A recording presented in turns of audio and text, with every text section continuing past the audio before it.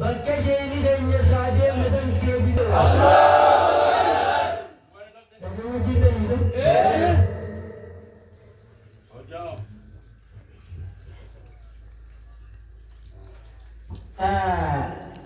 Mantan nomor kaya ni, mantan pelita kaya ni, apa tu yang kita, haji Rabbi senari, Amin. Ia cakap berat kaya ni siapa berkuasa ni kerana ada dia Rabbi senari, Amin.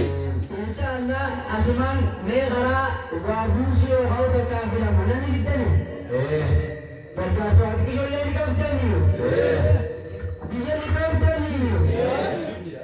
Ayo isakan ni beratan. Arata kita juga, yang kita selama arata berkiro.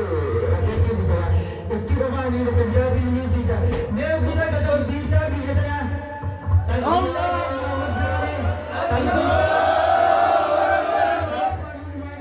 Takbirta shewa yang kami boleh jadi. Sheikh Ahmad Nasr. Atas takbirta, saya semua terhadap berat tu dah takbir. Allah.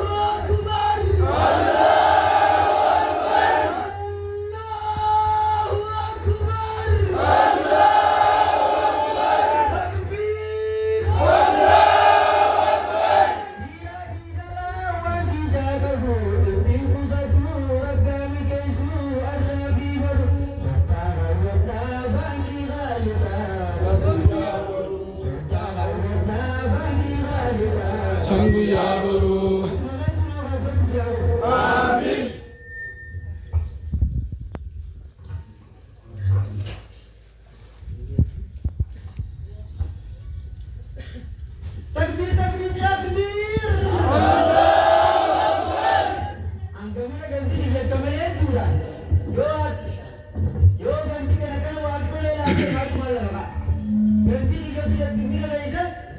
Yo adi kuma shoham sa dari ganda bilang tadi. मैं तकबीर का मेरे तू तकबीर अल्लाहु अकबर उdu hari namni tokko al khairi makani sana ayyub abdu korkoro piri shantam masjid makashere yechay Muhammad galo takbir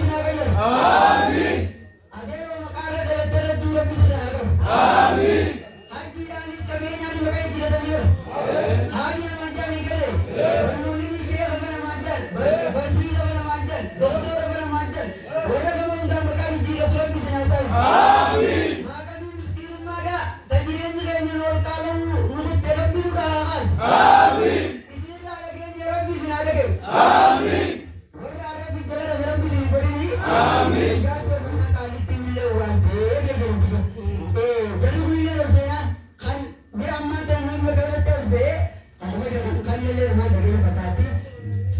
Dan namanya rana kan dia rumpu. Miskin rumah dan per. Amat dah kan aku kumai morina tiga kita jual sing gosa. Amat dah kan aji tak kumpa. Usada kasih mereka. Insyaallah akan kerajaan kabaret Yahudi menekan untuk Yahudi Abdi Allahu Akbar Allahu Akbar Takbir